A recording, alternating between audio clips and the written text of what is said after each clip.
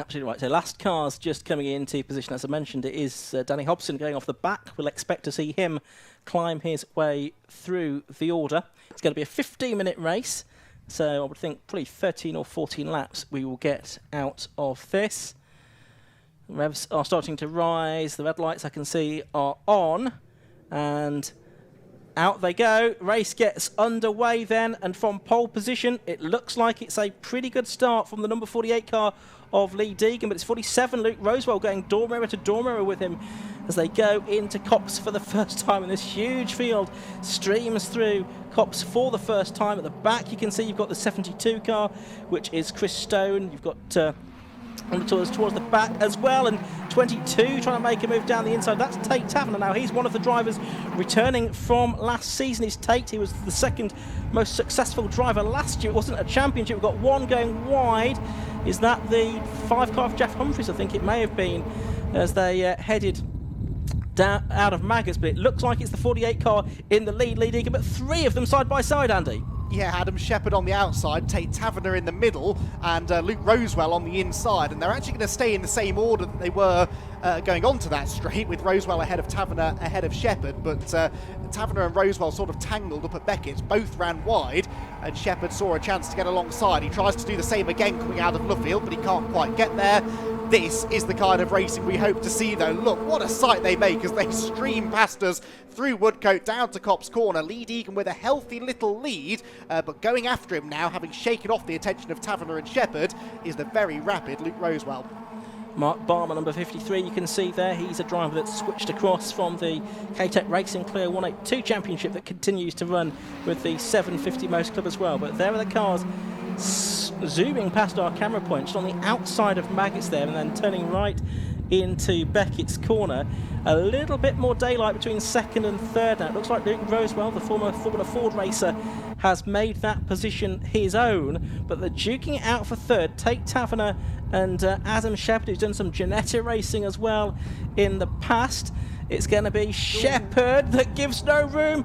Taverner a little bit squirrely, I thought, as they turn through Brooklands. That time he's just about got his nose in front, but surely Shepherd is going to have it on the inside. Mark Barmer trying to go all the way around the outside. That's not going to work.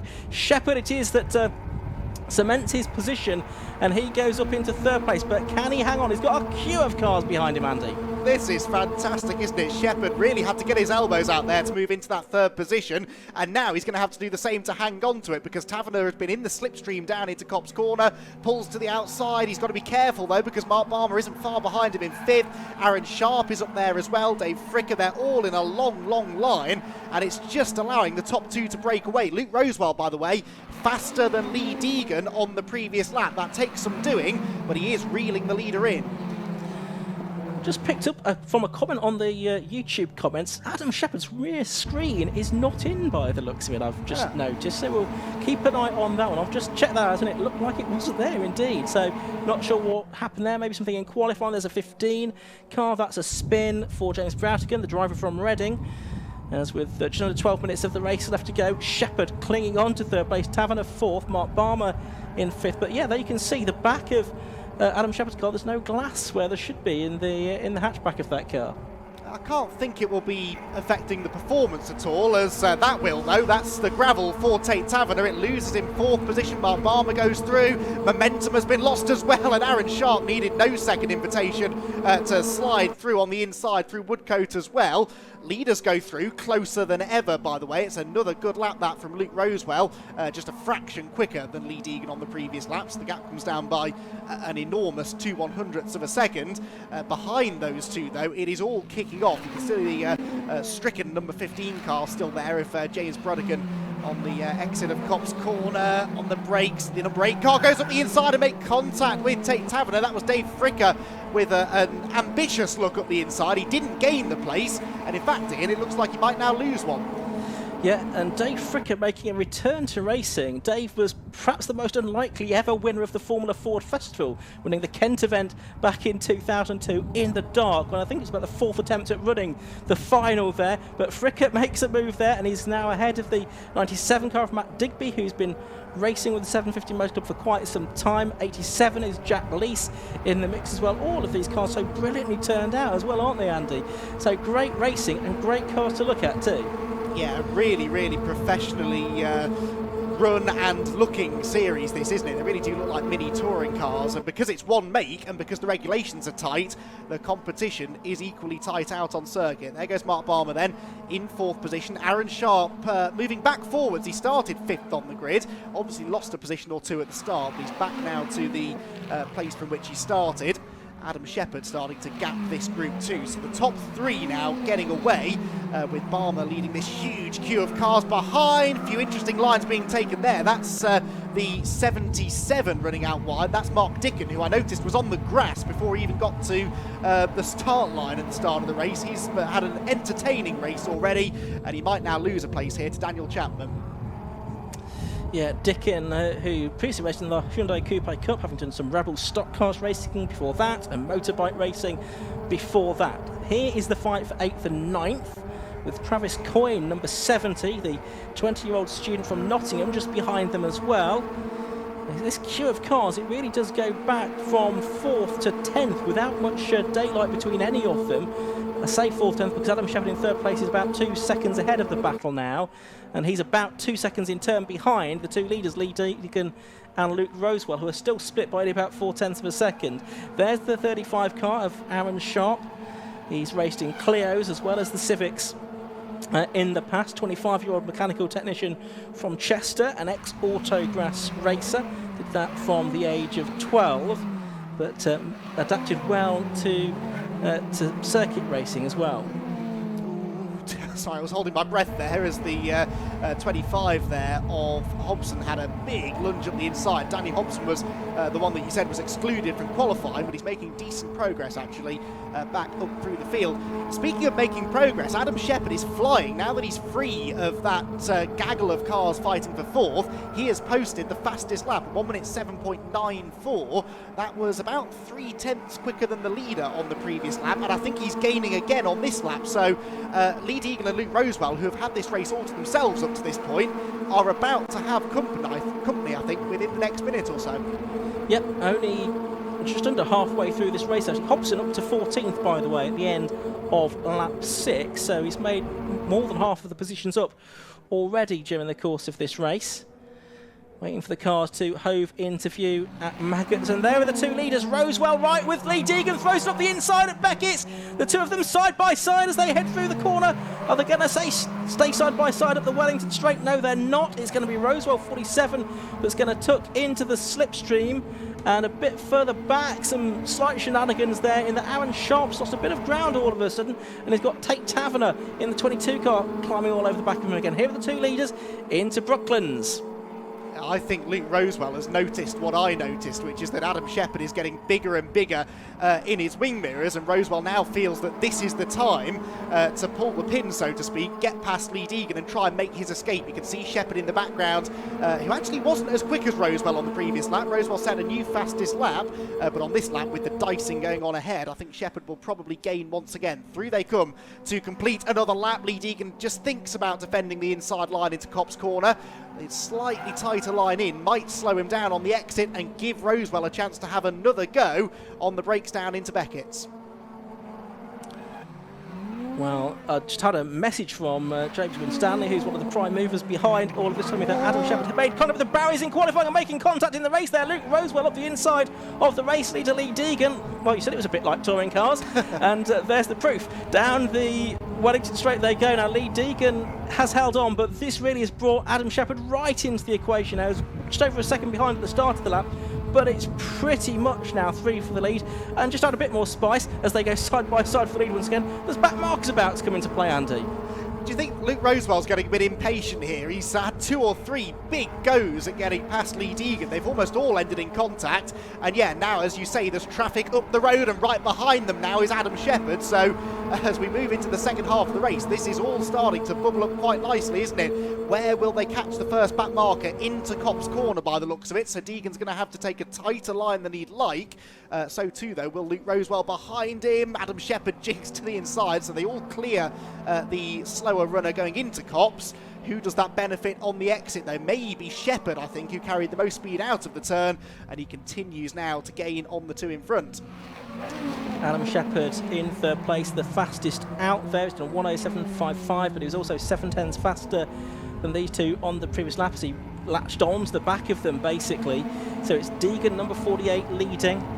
47 in second place, Luke Rosewell. 1:17, Adam Shepherd in third. Then it's a 5-second gap to anyone else. Mark Barmer, Dave Frick and Aaron Sharp rounding out the top 6. But here are the top 3 heading into the left-hander at Brooklands. And Deegan that time with just slightly more daylight than he's had previously, but that's disappeared by the time they get to the double apex right-hander at Luffield, and then back towards Woodcote Corner. We have just got less than 5 minutes to go, so I reckon we might just squeeze 5 more laps out of this race, which would make it a 14-lap race. And it's one of those you just want to keep going on and on, Andy. Yeah, fantastic stuff this, isn't it? Luke Rosewell now in a very difficult position, though, because he's obviously been reeled in here by Shepherd, so he's now having to attack and defend into every braking zone. He's very good out of cops though, isn't he, Rosewell? Again, he's going to have a look to the inside of Lee Deegan here. More back markers up the road. Deegan sends it into Beckett's, tries to get up the inside of the slower car. That's the number 93 of Jonathan Shaw that they've caught now, and that did not work. And look how it's stacked them all together. They're literally pushing each other down the Wellington straight as Luke Rosewell tries to clear the back marker before he presumably tries to launch another attack on Deegan. Which way does Deegan go? He crowds Rosewell to the middle of the road. Shepherd goes where they don't, which is the outside line on this occasion, tries to carry the speed through Brooklands, but there's just nowhere to go. There's a road full of Luke Rosewell and Lee Deegan, and for now, tantalisingly, they stay in the same order. The other piece of information I got about Adam Shepherd was that they also, because Gravel got caught in the clutch in the incident when he went off into the barriers, they had to do a frantic clutch change on that car as well. There wasn't that much time between qualifying and the race, so his team have been very busy to get him out here, and he's rewarding them with a great drive, half a second splitting the top 3, 3.5 minutes to go. Still the best lap of the race to Shepherd as well, a 1:07.55, as we've got a spinner being the number 83 car, which is William Putgill. But here are the top 3 arriving at Beckett's. Oh, Shepherd so out of shape there as he again tries to take that wide line into the corner, but look at the speed it gives him on the exit. Luke Rosewell did not get off Beckett's well, and so Shepherd now sees another chance to get in that slipstream and try to attack into Brooklands Corner. There is a gap on the inside if he wants to use it. There's a back marker to be negotiated too, and Rosewell good on the brakes. A bit too late on the brakes maybe though. He doesn't make friends with the apex through the left-hander, just compromises his speed off the corner a little bit. But no one can break away here, can they? Deegan is not quick enough to get away from the 2 behind, but similarly Rosewell and Shepherd, who runs very wide out of Luffield, bounces his way back on the road, and neither of those two really seem to have a sufficient pace advantage over Deegan to make it through either. Just lapping the number 39 car of Warwick Ellis as they head down into Copse Corner. So Deegan from Rosewell, what, half a car length between them, something like that, as they are around Copse. Shepherd a little bit further back now after that gravelly moment through Woodcote Corner, but I expect he'll make that up. There'll be, I would think, 2 more laps to go at the end of this one, and it's going to be fascinating to see whether Lee Deegan is really just about held on all race, whether he's going to be able to do so all the way until the end. We've seen him out racing in various different things, Mini 7s and BMWs. Of course, he's raced Civics as well in the past as Lee. He's raced various different championships and has had a lot of success over the last few years. Of course, his brother Shane also a racer, stock catch champion a couple of times, turning their way through Luffield Corner again, and just checking, no sign on the last lap board, so it looks like it's going to be 2 laps to go then, Andy, and it's going to be a great race to the flag. Yeah, that's excellent news for Adam Shepherd, terrible news for Lee Deegan, because he would have quite liked to see this race end as soon as possible, I'd have thought. Good battles going on through the field, by the way. Don't be conned into thinking that's the only fight going on out there. Far from the case. Into Copse Corner there goes that's the 18, is it, on the inside line, making up a position. And these midfield battles have been just as entertaining in a way as this one for the lead, but we daren't take our eyes off it, because every time we do, it seems that Luke Rosewell mounts another challenge on Lee Deegan. He's fully alongside this time as they come out of Beckett's, and in fact, for possibly the first time, has his nose ahead, but he's on the outside line for Brooklands Corner. How's this one going to work out? wheel to wheel then. Deegan on the right, Rosewell on the left. They're almost banging wing mirrors. In fact, they do make a bit of contact turning in, and Shepherd sees a chance maybe to take second place away, but he still can't do it. No, he can't. It will be the last lap board this time, and it's going to be three of them getting nose to tail onto the final lap. We've seen Luke Rosewell show his hand a couple of times. Adam Shepherd's not really been quite in the position to really mount an attack yet, but he's got two cars to try and pass on this final lap of the race. There is a back marker ahead as well. I think that's the 20 car of Ashmore, the 26-year-old carpenter from Crowborough. Oh, and side by side there, and it looks like it's Luke Rosewell that's gone through into the lead, has he? And Shepherd trying to get past Deegan as well as they head through Maggots and down to Beckett's. It's Shepherd there that's certainly ahead of Deegan now, so Deegan's gone down to third place. It's all changed, Andy. Well, that is unfortunate for Lee Deegan, and he is not going to be happy about that. I think he got delayed by a back marker, didn't he, going into Cobb's corner. It killed his momentum, and that was all the opportunity Luke Rosewell needed, and he's flashing the lights himself now at the next lapped car ahead, who they are going to catch through the final couple of corners. Could that give Adam Shepherd a chance to challenge for the lead? Well, no, the back marker gets well out of the way in the end. Rosewell should be safe out in front. Second place could be a bit of a drag race to the line. They come off the final corner. What a brilliant race this has been. It certainly has been absolutely fantastic. They turn their way out of the final corner and take the checkered flag, and it is Luke Rosewell that wins it by 1800ths of a second, the inaugural championship race for the TEGIWA Type R Trophy. Excellent stuff. Well, we're down in the pit lane. Luke Rosewell, what a race that was. You can breathe a sigh of relief after that one. Talk us what happened. Cobb's corner, that's where it all came to be. Yeah, I think we came up on a back marker, and I think Lee went down the inside, and he was always looking a bit sideways the whole race. I knew I had a good run on him exiting there, so I had a couple of goes into turn two, and yeah, he just got a big slide on trying to get past the back marker, and we were so close. I don't know how we didn't touch. I'm not sure if Adam and Lee touched behind, but it gave me the couple of car lengths I needed just to sort of bring it home on the last lap. Well, with all that battling, of course, with 5 minutes to go, Adam Shepherd also caught you up with the scraps that you were having, especially into the Maggots complex of the circuit. Quite a bit of heavy contact, and there's some battle scars on the car. Were they there before the race started? I think this one, was turn two on the first lap. Somebody just made a crazy dive bomb down. He was on the grass, and he wasn't going to stop, and he hit me, and I think forced me to hit Lee on the other side. But after that he sort of dropped back. But yeah, a bit of a silly move. But first race back after winter. So. Well, a great result, a great race, especially for the people watching at home and for us here. Very well done on first win. Brilliant. Thanks very much. Appreciate it. Cheers. Excellent stuff. Well, Luke Rosewell there, the first winner of the Type R Trophy here at Silverstone National. Of course, it's the lunch break up now, but after lunch break, we'll have our race 3, the BMWs. They'll be out on track next.